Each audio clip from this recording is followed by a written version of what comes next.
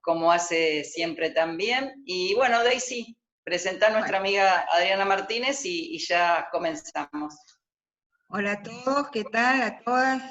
La verdad que es un placer, como integrante del Consejo Consultivo, poder presentar hoy a una amiga primero y colega, la doctora Adriana Martínez, quien me ha enviado su currículum y me dio a elegir, y me dijo lo que vos quieras. Y la verdad es tan importante todo lo que tiene, que me permito con ustedes compartir sus logros. La doctora Adriana Martínez es abogada, escribana, magíster en ambiente humano, es posgraduada en Derecho del Turismo, egresada del primer programa iberoamericano de formación de formadores responsabilidad social empresaria. Es profesora adjunta regular del régimen jurídico de los recursos naturales y protección del ambiente. Es profesora asociada ordinaria y jefa de la División de Derecho, Departamento de Ciencias Sociales de la Universidad de Luján, consejera y presidente de la Comisión de Asuntos Académicos del Departamento de Ciencias Sociales de la Universidad de Luján, asesora legal del Rectorado de la Universidad de Luján, coordinadora del programa de investigación Proyectos Integrados, Desarrollo Local Sostenible de la Universidad de Luján, es docente del posgrado y en especialización de Derecho y Política de los Recursos Naturales y del Ambiente, nuestra carrera de especialización. Tiene la maestría en Políticas Ambientales y Territoriales de la Facultad de Filosofía de la UBA, maestría en Intervención Ambiental de la Universidad del Comahue, maestría en Ambiente y Desarrollo Sustentable de la Universidad de Quilmes, maestría en Estudios de las Mujeres y Género de la Universidad de Luján, especialización en Gestión del Patrimonio y Turismo Sostenible, especialización en calidad ecológica y restauración de los sistemas fluviales, especialización en producción avícola, especialización en seguridad, higiene y protección ambiental, y es profesora visitante de la Facultad de Geografía e Historias de la Universidad Complutense, y es profesora visitante de la Facultad de Geografía de la Universidad de Málaga. Además, es ponente, conferencista y disertante, y desde 2017 dirige un proyecto de investigación sobre este tema que va a hablar, y la pandemia dejó en prensa un libro. Bueno, como ustedes ven, mucha inquietud, mucha responsabilidad, mucha profundidad en la elección de los temas, y además mucha pasión en la defensa de sus convicciones.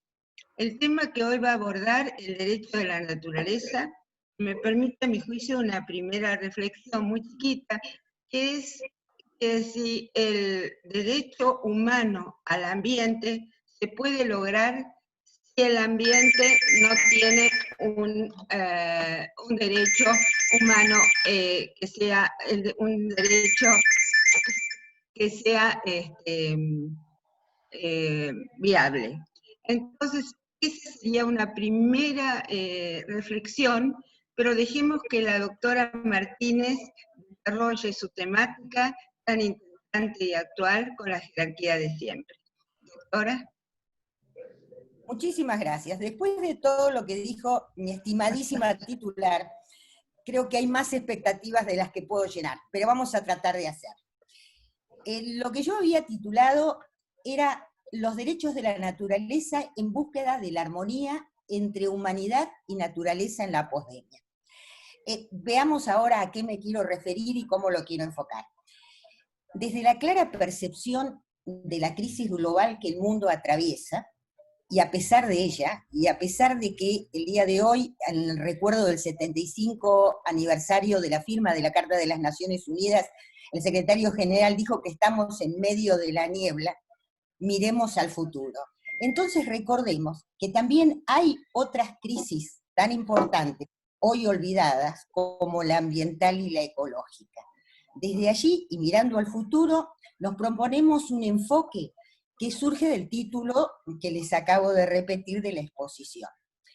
La pandemia y la pospandemia, nos planteamos, presentan un escenario propicio y oportuno, pero a la vez un punto de inflexión ineludible para atender las complejas redes de relaciones que subyacen en los problemas globales que dañan la biosfera y la vida humana de modo alarmante y que podrían convertirse en irreversibles. Problemas que no pueden ser entendidos aisladamente, sino sistémicos, interconectados y que son interdependientes.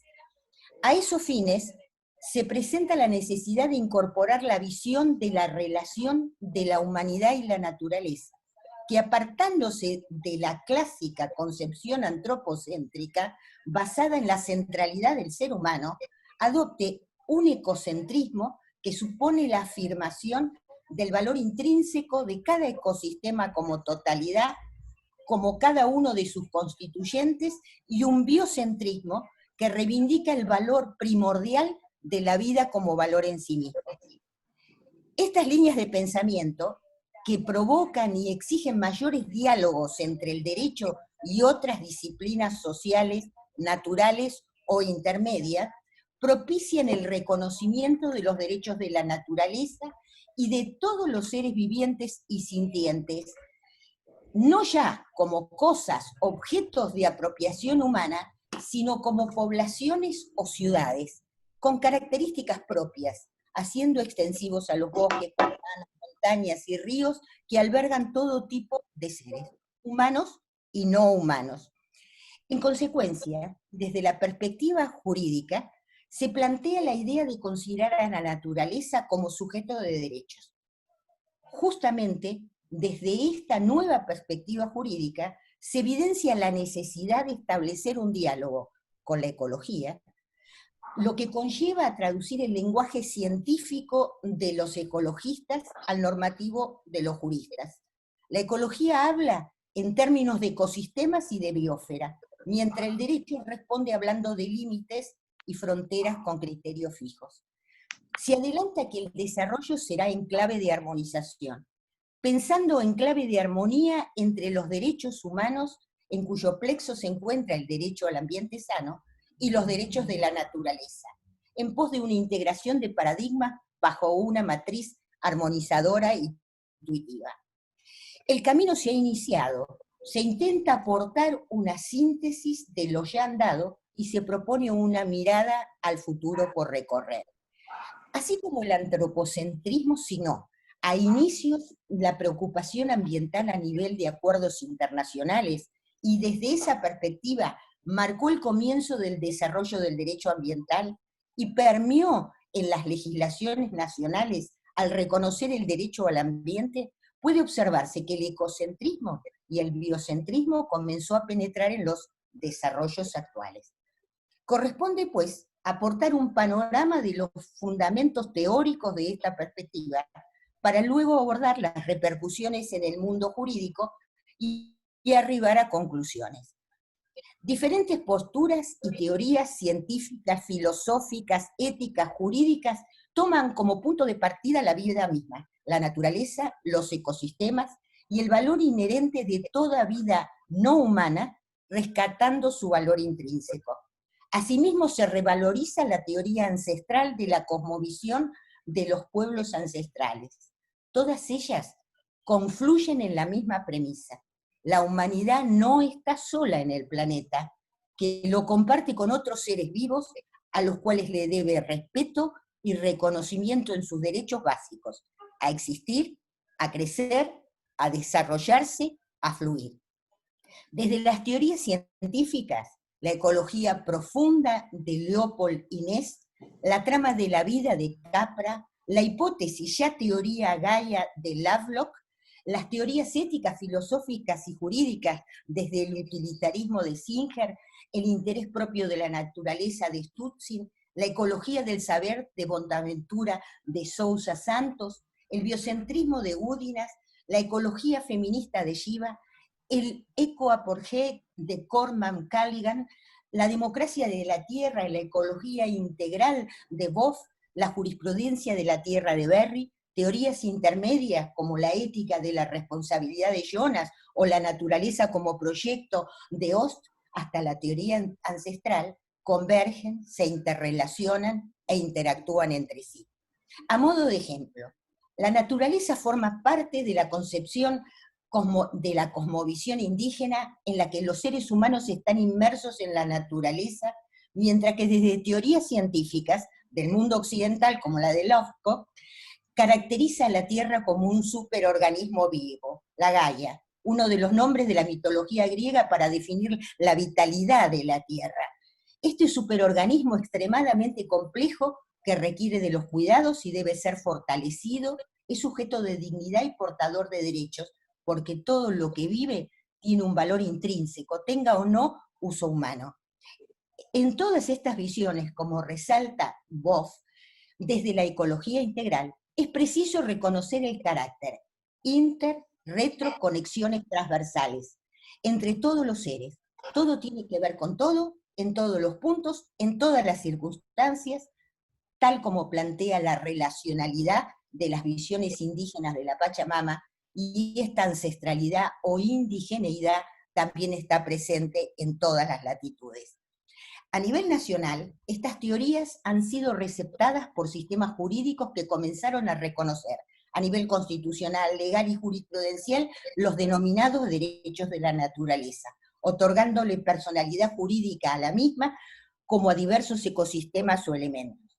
Han respondido así los ordenamientos jurídicos a la necesidad de la respuesta jurídica mediante la creación de esta nueva figura, que representa la relación con la naturaleza, la cual debe preservar como un fin mismo desde una perspectiva ecocéntrica, en la que el ser humano se ve como parte de la tierra, al decir de Macaya.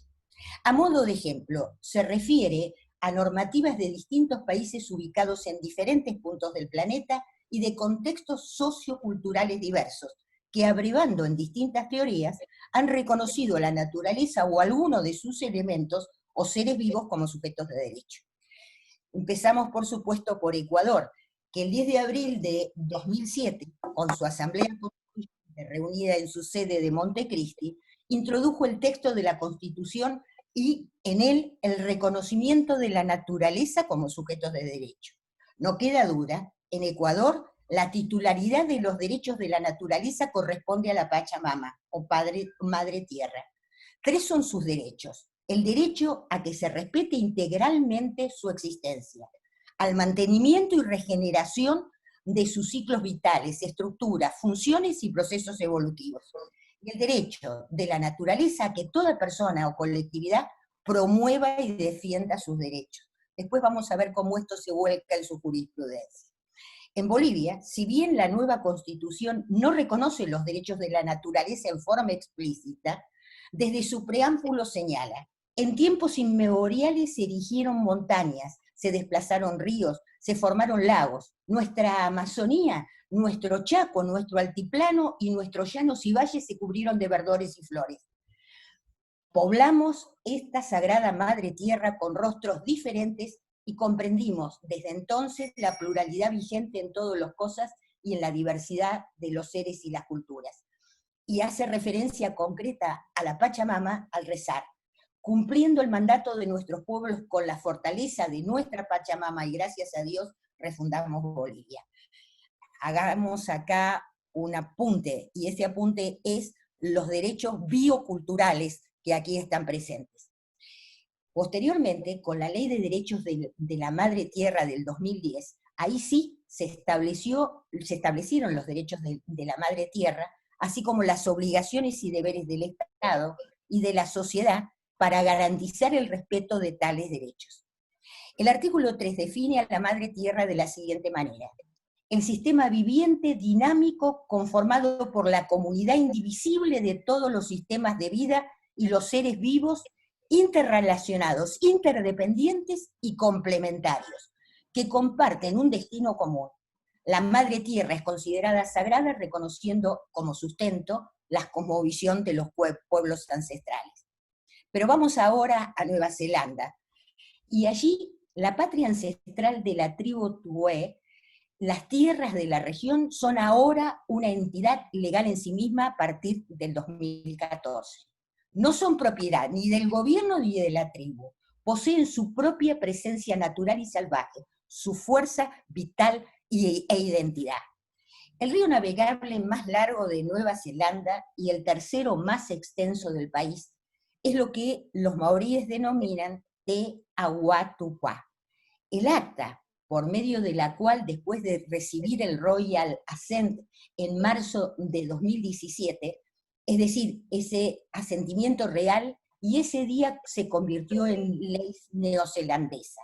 Allí se reconoce que el río es un ente vivo, que parte de las montañas y llega al mar, y comprende sus afluentes, el conjunto de sus elementos físicos y metafísicos. El río deja de ser un objeto y se convierte en un sujeto, reconociendo la profunda conexión espiritual entre el río y su pueblo ancestral. En Australia, la Ley de Protección del Río Yarra de 2017 reconoce jurídicamente como una entidad viva, indivisible y que merece protección. Pero vamos ahora a Estados Unidos. Y en el distrito de Tamaqua, en Nueva Zelanda, se convirtió en el primer municipio de Estados Unidos en adoptar una ordenanza sobre los derechos de la naturaleza. Mientras que la Junta de Consejeros de la ciudad de Creston, Colorado, en el 2018, aprobó por consentimiento unánime la resolución en la que reconoce que la naturaleza, los ecosistemas naturales, las comunidades y todas las especies poseen los derechos intrínsecos e inalienables que deben ser preservados para proteger la vida de la Tierra. En México, en el 2014, el Estado libre y soberano de Guerrero modificó su constitución política incorporando en su artículo 2 los derechos de la naturaleza. El último párrafo reza: el principio precautorio será la base del desarrollo económico y el Estado deberá garantizar y proteger los derechos de la naturaleza en la legislación respectiva. Finalmente, en el 2017, la Ciudad de México logró consolidar un paso trascendental al votar en pleno los derechos de la naturaleza dentro del artículo 18 de la Constitución de la ciudad. Todos sabemos que en India los ríos son referenciados como madres en la India. La población hinduista de ese país, para ellos el agua de los ríos es una fuente de purificación y de fertilidad, tanto física como espiritual. La integridad del río es una parte aceptada de la cultura. Su forma física es simplemente un aspecto de su divinidad, considerada trascendental por las comunidades que viven a su alrededor. En consecuencia, la Asamblea Legislativa de uno de los estados de la India aprobó en mayo de 2017 una resolución en la que el río Narmada se transforma en una entidad viva y por lo tanto reconocida jurídicamente. A nivel de proyectos, Francia, en el proceso de reforma de 1958, pero también de la Carta de Medio Ambiente de 2004, se presentaron más de 20 propuestas de enmiendas de variedad de temas respecto de la Carta del Medio Ambiente. Entre ellos se incluyen los derechos de las entidades vivas, el bienestar de los animales y el patrimonio mundial. En Argentina hubo un proyecto de ley presentado en el 2017 por el entonces senador Fernando Pino Solana en Cámara de Senadores, un proyecto de ley sobre derechos de la naturaleza que no ha tenido definición desde el punto de vista legislativo. Vamos ahora a la jurisprudencia, porque dijimos constituciones, legislación, jurisprudencia. El antecedente por antonomasia es en Estados Unidos el reconocimiento de los derechos de la naturaleza en el voto de disidencia del juez Douglas en el caso Sierra Club con Norton en el Tribunal Supremo de Estados Unidos. El juez tomó como base el ensayo Should Trees Have Standing, que es la tesis fundamental del profesor Stone como partidario de la ecología profunda, en la cual defendía que la naturaleza no era un objeto, y que tenía derecho a la autodefensa, reconociendo un derecho a los árboles. En Ecuador, el 30 de marzo de 2011, por medio de la Sala Penal de la Corte Provincial de Loja, resolvió en segunda y definitiva instancia una acción de protección a favor de la naturaleza, concretamente a favor de un río, el Vilcabamba. Los peticionantes comparecieron en ejercicio de la legitimación activa que les concede el artículo 71 de la Constitución de Ecuador, que establece que cualquier persona, comunidad, pueblo o nacionalidad podrá exigir a la autoridad el cumplimiento de los derechos de la naturaleza. El tribunal declaró vulnerados los derechos de la naturaleza, especialmente el derecho a que se le respete integralmente su existencia y el mantenimiento de los ciclos vitales, estructuras, funciones y procesos evolutivos. Los jueces constitucionales, al resolver en esa acción de protección, establecieron importantes estándares jurídicos, tanto en los aspectos sustantivos como en los adjetivos, para la aplicación de los derechos de la naturaleza consagrados en su Constitución. Desde Colombia, la primera resolución a favor de los derechos de la naturaleza fue dictada por la Corte Constitucional en una sentencia del año 2015. Algunas comunidades étnicas que viven en la zona del río Atrato interpusieron una acción de amparo que en primera instancia es rechazada. Pero luego de esos rechazos en instancias anteriores, la Corte emitió una sentencia favorable calificando la Constitución colombiana de 1991 como una constitución ecológica. Me permito leer textualmente algunos párrafos, por la importancia que tiene la claridad de la sentencia. El tribunal afirma que el enfoque ecocéntrico parte de una premisa básica según la cual la tierra no pertenece al hombre y por el contrario, asume que el hombre es quien pertenece a la tierra, como cualquier otra especie.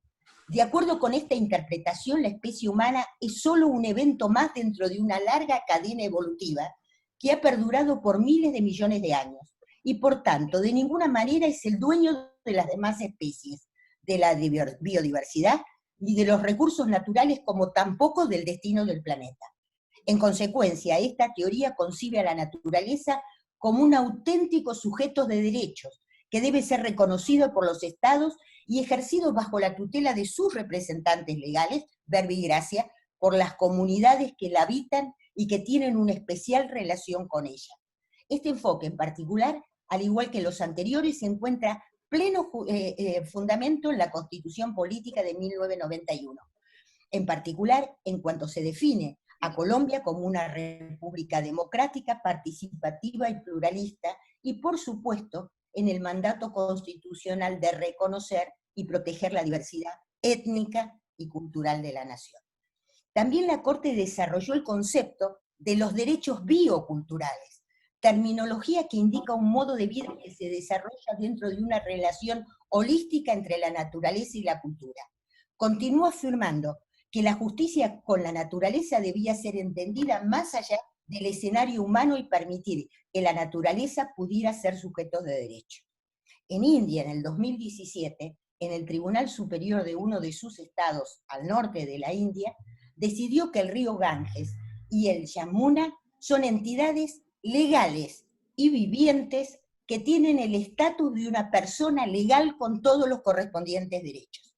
El tribunal destacó la importancia de los ríos dentro de la cultura hinduista, que le han proporcionado sustento físico y espiritual desde tiempos inmemoriales. Y además recordó que es tradición en la historia de la India el reconocer ciertas entidades, objetos inanimados o cosas que sean declaradas como personas jurídicas. En el caso de ambos ríos, la Corte explicó que ya es tiempo de reconocerlos como personas jurídicas con el fin de preservar y conservar su integridad. Si vamos a Brasil, acá nos vamos a encontrar con esas teorías que hemos mencionado de siglas, del utilitarismo fundamentalmente, y es el primer caso en el mundo que se reconoció a un ser no humano, a un ser sintiente, como un sujeto de derecho, y fue a la chimpancé suiza, que fue precisamente el primer reconocimiento de un sujeto de derechos en una acción legal. Si vamos a Argentina, La cuestión comenzó también en el mismo sentido y basándose precisamente en ese utilitarismo de Singer y en otra teoría similar que es la de sujeto de una vida de Tom Regan, y esto fue el caso tan renombrado de la orangutana Sandra, tanto en lo que tiene que ver con la presentación del habeas corpus ante la Cámara Federal de Casación Penal, como el que posteriormente es presentada como acción de amparo ante el Poder Judicial de la Ciudad Autónoma de Buenos Aires. Pero quizás, y a mi modesto modo de entender, el más claro en ese sentido fue el caso de la chimpancé Cecilia, que fue juzgado y tuvo su sentencia en noviembre del 2016 en el tercer juzgado de garantía de Mendoza, en donde se explicó que se está ante un sujeto de derecho no humano, un ser sintiente, sujeto de derecho con capacidad de derecho, pero incapacidad de hecho, con derechos fundamentales a nacer, a vivir y a crecer. Pero vamos por otra vertiente, ya que queremos buscar la armonía. Y en julio del año 2019, la Corte Suprema de Justicia de la Nación se expidió en el caso Majul Julio Jesús contra Municipalidad del Pueblo de General Belgrano y otros en una acción de amparo ambiental. Allí, atendiendo que se trata en el supuesto de la protección de una cuenca hídrica y en especial un humedal, consideró que se debe valorar la aplicación del principio precautorio, pero avanzó al considerar que, textual, los jueces deben considerar el principio indubio pro natura, conforme al cual, en caso de duda, todos los procesos ante tribunales, órganos administrativos y otros tomadores de decisiones deberán ser resueltas de manera tal que favorezcan la protección y conservación del medio ambiente, dando preferencia a las alternativas menos perjudiciales. No se emprenderán acciones cuando sus potenciales efectos adversos sean desproporcionados o excesivos en relación con los beneficios derivados de los mismos. Y ahí invocó algunas de las importantes conclusiones de la Declaración Mundial de la Unión Nacional para la Conservación de la Naturaleza en su Congreso Mundial en Brasil en el año 2016. Y finalmente unió al principio indubio pro natura el principio indubio pro agua. Ahora vamos al concierto internacional para finalizar este tema. Ex profeso se invirtió el orden de análisis empezando por el orden nacional, puesto que, como se verá, el internacional fue signado por el reconocimiento de los avances de los ordenamientos nacionales que expresamente reconoce en sus últimos instrumentos fundamentales. Sin embargo, no puede dejar de aclararse que en el ámbito internacional el camino hacia el reconocimiento y la consolidación de los derechos de la naturaleza se inició con la Carta Mundial de las Naciones Unidas de la Naturaleza. En el año 1982, cuando se estableció que la especie humana es parte de la naturaleza y la vida depende del funcionamiento ininterrumpido de sus sistemas naturales, y señaló que toda forma de vida es única y merece ser respetada precisamente porque el hombre, textual, ha de guiarse por un código de acción moral. Muy variados han sido los esfuerzos de los estados, organizaciones internacionales y hasta de la sociedad civil para el reconocimiento internacional de los derechos de la naturaleza. Sería un capítulo aparte que no nos da el tiempo. Así, el entonces presidente de Bolivia, en el año 2009, presenta ante la Asamblea General de las Naciones Unidas la propuesta de Declaración Universal de los Derechos de la Madre Tierra. No fue, pero sí fue que se aprobara que el 22 de abril se celebrara, eso se decidió por unanimidad, como el Día Internacional de la Madre Tierra. En la resolución se efectuó una afirmación relevante, reconociendo que, dice textualmente, que la Madre Tierra es una expresión común utilizada para referirse al planeta en diversos países y regiones, la que demuestra la interdependencia existente entre los seres humanos, los demás especies vivas y el planeta que todos habitamos. En este sentido, y continuando, en diciembre del 2009 la Asamblea General de las Naciones Unidas aprobó por resolución el establecimiento de un programa Armonía con la Naturaleza.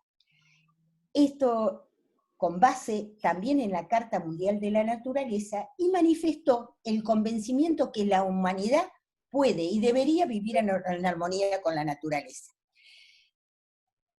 Ahora volvemos a las cumbres, que se retoman por el camino de la cumbre de Río +20, cuyo documento final, con una nueva visión, estableció principios más solidarios, así como inclusivos, de la biodiversidad y los ecosistemas, reconociendo que el planeta Tierra y sus ecosistemas son nuestro hogar, y que están solicitando enfoques globales e integrados que lleven a la humanidad a vivir en armonía con la naturaleza y conduzcan la adopción de medidas para restablecer el estado de la integridad del ecosistema Tierra, reconociendo la diversidad natural y cultural del mundo. Cuando llegamos a ese año 2012, también siguiendo ese programa titulado La armonía con la naturaleza, se hace un examen por medio de una presentación del secretario general en el cual se examina cuál es el estado de situación. Y allí se destacó que las últimas teorías científicas ofrecen un entendimiento nuevo de la relación entre los seres humanos y su entorno. Fíjense que hasta ahora veníamos desde lo ancestral, acá vamos a las teorías científicas. Solicita o recomienda a los miembros de la Asamblea de emplear un enfoque basado en armonía con la naturaleza para asegurar que las políticas sobre el desarrollo sostenible estén fundamentados en las conclusiones científicas actuales relativas a los impactos de la humanidad en el sistema Tierra. Asimismo, llegamos entonces por último a la Agenda 2030 de Desarrollo Sostenible y a los famosos ODS.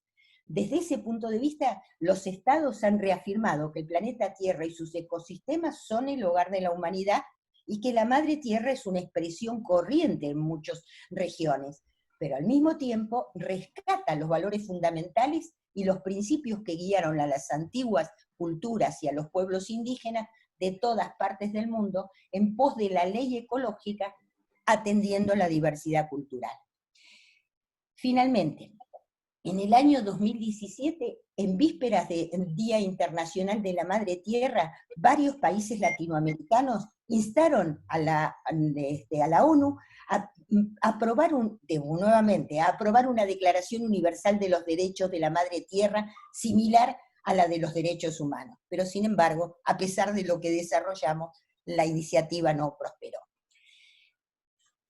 El último informe del año 2018 del secretario general en ese programa de la armonía con la naturaleza destaca y considera importante la colaboración entre las organizaciones no gubernamentales, la sociedad civil y los legisladores a la hora de elaborar legislación que reconozca la naturaleza como sujetos de derecho o la personalidad jurídica de la naturaleza.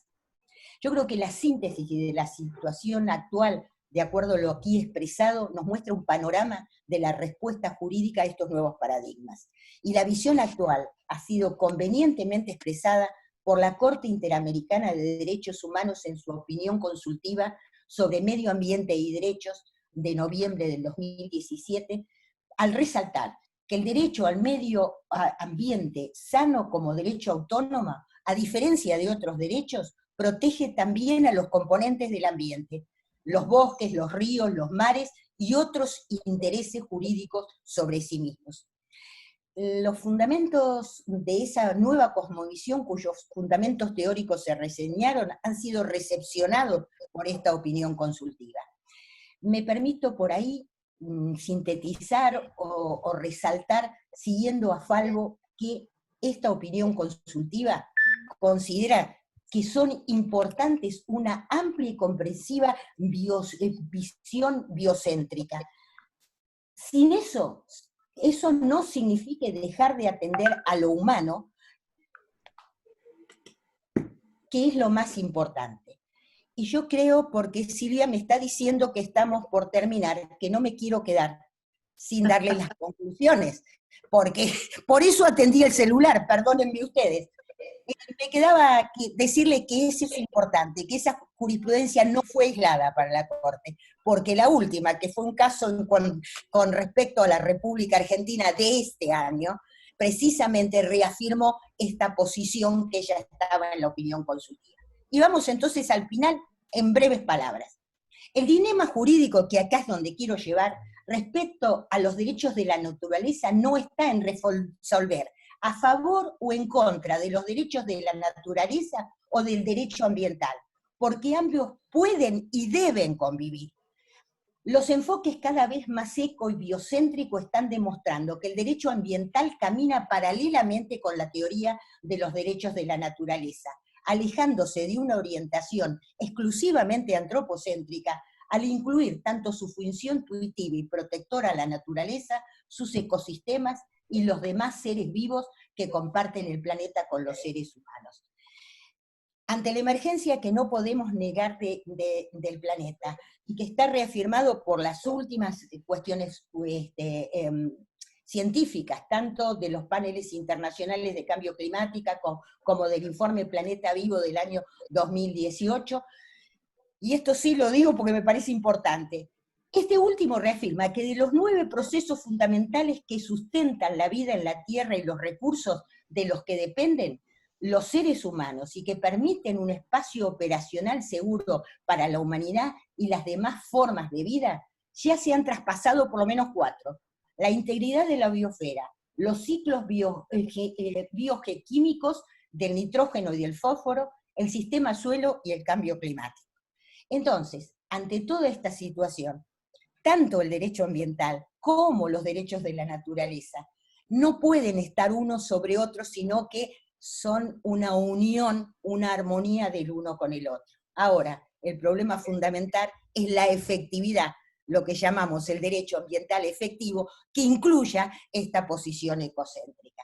Y lo último que quería decirles, ya que no puedo compartir ustedes algunas conclusiones, es cómo queremos terminar para pensar en todo lo que hemos dicho en este mundo post-pandemia.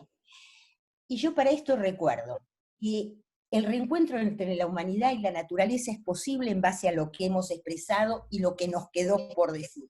No considerar lo que hemos visto hasta ahora significaría que el ser humano continúa sin atender la voz de la naturaleza, haciendo válida la afirmación de Víctor Hugo. Decía, produce una inmensa tristeza pensar que la naturaleza habla mientras el género humano no escucha. Primero fue necesario civilizar al hombre en su relación con el hombre, recordemos los derechos humanos. Ahora es necesario civilizar al hombre en su relación con la naturaleza y los animales, recordemos los derechos de la naturaleza. Hacemos voto porque evidentemente en su osadía el hombre no se crea capaz de impunemente manipular la vida y la naturaleza, porque las consecuencias difícilmente serán perdonadas por ese otro sujeto que son las generaciones futuras. Y lo último, me quiero despedir de ustedes antes de las preguntas, con hacer votos para que esa armonía sea lograda, pensando en esto, que son unas palabras de Sandini y Rodrigo. En la naturaleza todo está relacionado, el aire, el sol, la tierra, los animales, las plantas, unos dependen de otros. Todos colaboran para que la vida se mantenga en la tierra, porque la tierra es un gran ecosistema que reúne todos los hábitats que la forman. Y aunque la naturaleza tiene una gran capacidad de recuperarse de los daños que se les causados por el hombre, cuando estos sean demasiado grandes, puede llegar un momento en que no se pueda recuperar del todo. Y los hombres que dependemos de muchos seres vivos para alimentarnos y del aire y del agua puros para vivir, seríamos los más perjudicados por la catástrofe que habríamos producido. Si esto ocurriera, tal vez algunos hombres puedan sobrevivir, pero su vida sería muy triste. Muchas gracias. Vamos a las preguntas.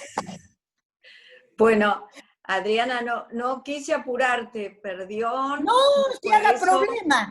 Pero la verdad, la generosidad tuya en la cantidad de información que nos has dado, la cantidad de autores que nos has nombrado, normas, casos, la verdad es que has sido muy generosa y has hecho lo posible porque con todo lo que nos dijiste un poco de cada cosa y me quedo con una propuesta para todos, pero para el final. A mí particularmente me encantaron tus conclusiones, tu parte final, y esto que alguna vez hemos escuchado de que la naturaleza no nos necesita a nosotros, y nosotros sí necesitamos de la naturaleza. Entonces, entender que somos parte de este todo es muy importante, y vos hoy lo fuiste mencionando con cosas puntuales, ¿no? Y tenemos por ahora solo 2 preguntas, pero quizás mientras vayas contestando aparezca alguna más. Así que voy compartiéndolas. Diga. A ver, Nico, a quien veo ahí muy atento, lo mismo que Cristian, yo quiero agradecerles a todos los que están tan atentos y que vienen siguiendo nuestras charlas, porque para nosotros es muy importante que nos sigan. Nico es un alumno mío y es excepcional. Bueno, el club de fans, cada uno acá se trae el club de fans, muy bien. Este capítulo al que voy a incorporar aviso, señora titular, porque es una maravilla. Ha cursado conmigo ambiente y género en este tan difícil primer bimestre. Y es un Nico, ya estás, incorporado. Bueno, no, y yo iba mirando, iba recorriendo, la verdad que tenemos seguidores y tenemos grandes profesores acompañándonos. Sí, también. Sí, yo estoy viendo algunos nombres por ahí. Sí, yo no quiero nombrarlos porque tengo miedo de... No, nos perdemos algunos.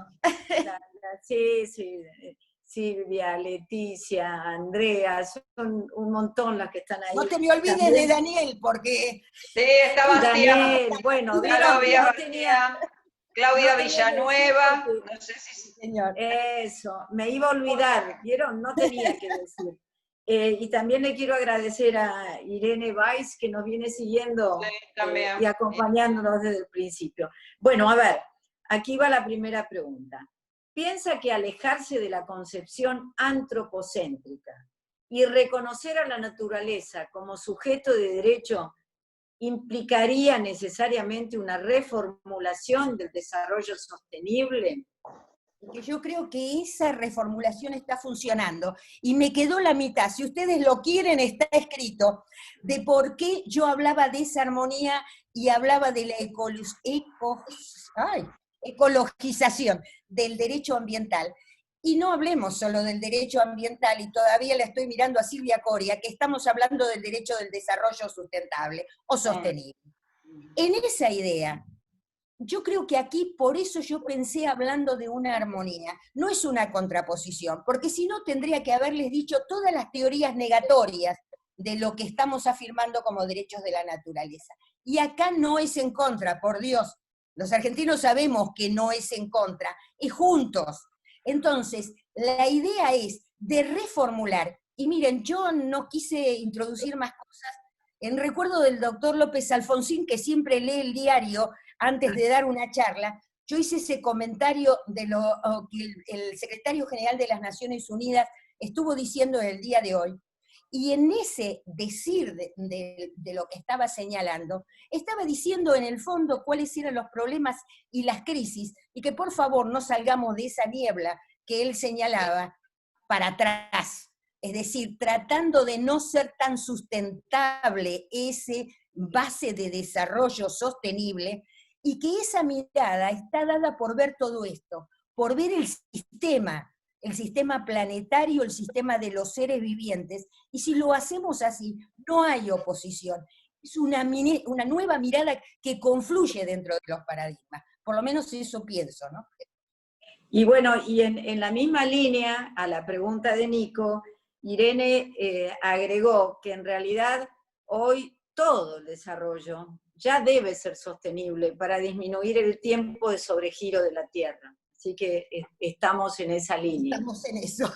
Gracias, Irene. Bueno, aquí tengo otra pregunta.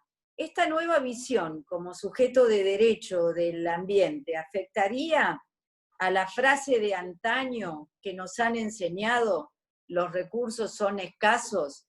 Y yo veo la cara de quien lo hizo. Cristian, cuando nosotras empezamos a estudiar este tema, lo que a nosotros nos decían, o nosotras partimos de considerar que la naturaleza era infinita. O sea que este mensaje que decís vos de los recursos escasos es relativamente nuevo también, porque si no nosotros seríamos muy viejas que no lo somos. Pero bueno, la pregunta es esa, si afectaría y tendríamos que cambiar esa frase. Es que no es cambiar una frase, lo que estamos pidiendo, y yo me quedé en el medio, es que reformulemos categorías, porque fíjense que acá estamos hablando de categorías de sujetos. Vamos mucho más allá de la preocupación interesante con respecto a una de las frases de los recursos naturales.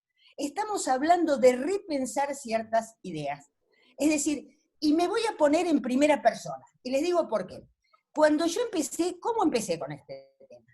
Me enamoré de los maoríes y del río y de los neozelandeses que fueron tan bioculturales como para reconocer esto, porque se estaban reconociendo dos cosas. Se estaba reconociendo la naturaleza y el río y a las tradiciones de los maoríes. Si ustedes quieren ver una cosa hermosa, miren, porque tiene que estar todavía en el Parlamento neozelandés, cuando se jura esa acta después de que está absorbida, que está escrita primero en neozelandés, perdón, en maorí, y después está escrita en inglés, por respeto a esa culturalidad. Fíjense que todo esto es algo completamente diferente. Entonces, cuando nosotros nos enseñaron, yo soy viejita, para mí el derecho era por el hombre, para el hombre, desde el hombre. ¿Qué estamos hablando con sujetos que no son hombres? ¿Qué estamos diciendo? Estamos viendo una categoría distinta. Entonces, debería haberles puesto, Silvia, algo de eso lo hice cuando ustedes generosamente me pidieron escribir un pequeño capítulo en la nueva versión del manual. Es qué tipo de sujeto estamos buscando con la naturaleza. Me salí de la pregunta, pero esto para ver que es mucho más profundo lo que estamos pidiendo como revisiones. ¿Qué tipo de sujeto es? Y para decir más, desde las teorías negatorias se dicen, no estamos mejorando la posición de la naturaleza, porque si decimos que es sujeto y debe ser representado, al fin y al cabo será representada por hombres, y los derechos serán los que los hombres digan en su representación. ¿Se dan cuenta que estamos hablando de tratar de ver más allá de aquellas categorías, cuando yo decía que la ecología habla con la biosfera y habla de ecosistemas, y el derecho responde con categorías rígidas? Son nuevos paradigmas también para lo básico que hemos aprendido y hemos estudiado. Bueno, acá estoy viendo también está Jorge Badino, que no te habíamos visto, te vemos la mitad de la cara nada más. No me figura por ahí, no me llega. La barba, Jorge. Eso no te reconocía. Con barba. Bueno, además de que llegan un montón de felicitaciones, agradecimientos, entre ellos una alumna tuya de la maestría del Colegio de Abogados de Morón, Adriana. Tengo acá una pregunta de Rodolfo, que dice, ¿considera que el cambio de paradigma para lograr torcer el rumbo que llevamos puede lograrse antes del inminente desastre? Ahí, Rodolfo, vamos a ponernos más optimistas. Pero bueno, Adriana. No sé si el desastre es esa niebla que no sé si se disipará y nos dejará seguir, o esto que estábamos pronosticando que era lo que podría ser si no lo somos. Miren, yo trato de ver el vaso medio lleno y no el vaso medio vacío. A ver, y vamos a denunciar la edad. Yo cuando empecé en esto, jamás había tenido la visión, salvo una visión que alguna de ustedes, Leila, yo muchas veces hablé, y no sé si con vos, con Silvia, de por qué yo empecé con estas cuestiones y con una mirada interdisciplinaria. Yo tuve, ustedes saben, la mayoría lo sabe, porque yo amo la Universidad Nacional de Luján, si bien respeto a la Universidad de Buenos Aires y quiero a la gente de la Facultad de Derecho. Pero ahí, al ser interdepartamental, yo empecé a trabajar con gente de otras ciencias, y con ella Elena Chiosa. Elena Chiosa fue una de las precursoras en todo lo que tuvo que ver con el comienzo de la cuestión ambiental. Elena murió en el año 2010 con 92 años, así que se dan cuenta de lo que estoy hablando. Era de la generación de Yolanda Ortiz, íntimas amigas. De eso estoy hablando. Entonces, da la casualidad que yo en la cabeza siempre tuve que una cosa completamente diferente al muy respetable derecho agrario y derecho minero, sí, que en la cátedra del doctor Piretti me enseñaron en la Facultad de Derecho. Hasta ahí para mí ahí estaban los recursos, que están muy bien y que deben manejarse, porque si no, no tendríamos economía, pero que estamos hablando de otra cosa. Y eso me las dieron en diálogos con otras ciencias. Después tuve la suerte de que en investigación, y por ahí yo estoy viendo a algunos de mi gente de Luján y de mis alumnos de Luján, pude seguir trabajando con una investigadora principal de CONICET, Alicia Iglesias, geógrafa. Entonces, el diálogo del que yo estoy hablando entre las ciencias fue lo que me permitió ver que realmente el derecho abreva en la cuestión ambiental de todas esas ciencias. Y ahora voy a nuestro amigo que estaba ahí medio deprimido y con el medio vaso vacío. Yo creo que hasta ahora tuvimos grandes crisis. Yo creo que la humanidad siguió adelante a pesar de no ser los dueños de la tierra y fue cambiando ante la necesidad. Lo que me temo es que en el último tiempo, esa soberbia de la que yo hablaba para que la frase de Víctor Hugo no fuera verdadera, cada vez el hombre con sus medios tecnológicos cada vez más importantes, muchas veces excede ese poder de regeneración de la tierra y puede ser que estemos muchas veces al borde de las crisis. Pero siempre la humanidad fue resiliente a seguir. Pensemos así. Bueno, gracias. Y a ver, acá te voy a leer otra que es como una reflexión, ¿no? Con un final. José nos comenta que tiene un campo y que quiere emprender sin afectar a la naturaleza, respetando la vida, pero a la vez con tener esos recursos para sostener el lugar y así cuidar las especies. Porque más allá de nuestro respeto, el problema es que hay muchos cazadores furtivos y aquellos que roban mantilla y talan árboles. Es más una afirmación y enhorabuena que quieras hacer las cosas bien.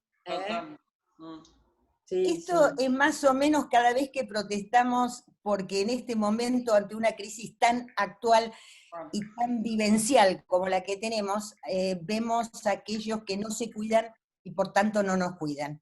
Yo creo que esta expresión es exactamente lo mismo. Alguien que quiere vivir de una explotación y que esa explotación sea sustentable y no rompa esos límites de armonía, y está viendo que no solamente dañando a esos recursos, también daña al que quiere producir sustentablemente. Creo que esa es la reflexión, si no interpreto mal. Bueno, Adriana era siempre la última. Además de muchísimas felicitaciones, sí, agradecimientos, que obviamente nosotros les agradecemos a ustedes, ¿no? Totalmente, bueno, por acompañarnos.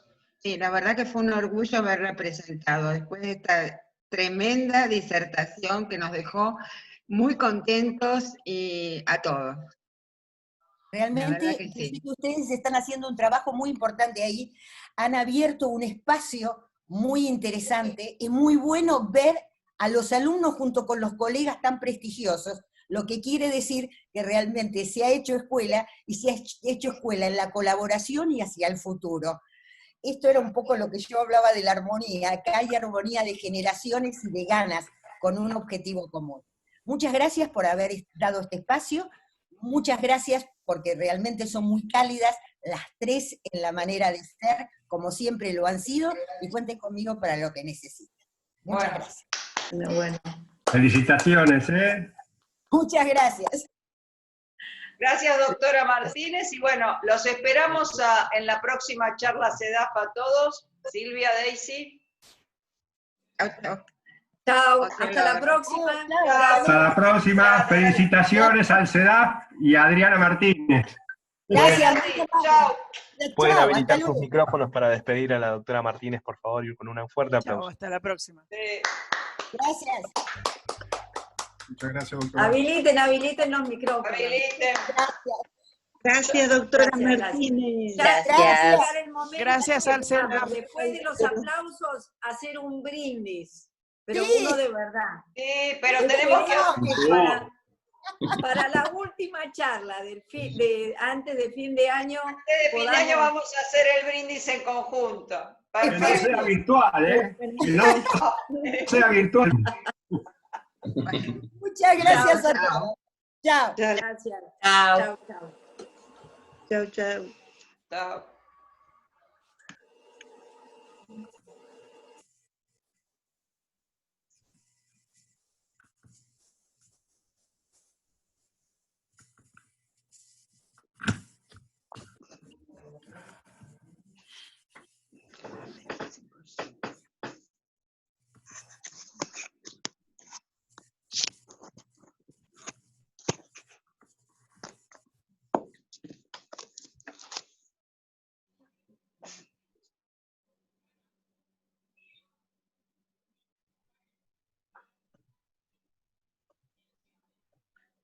Eduardo, no te había visto. Hola.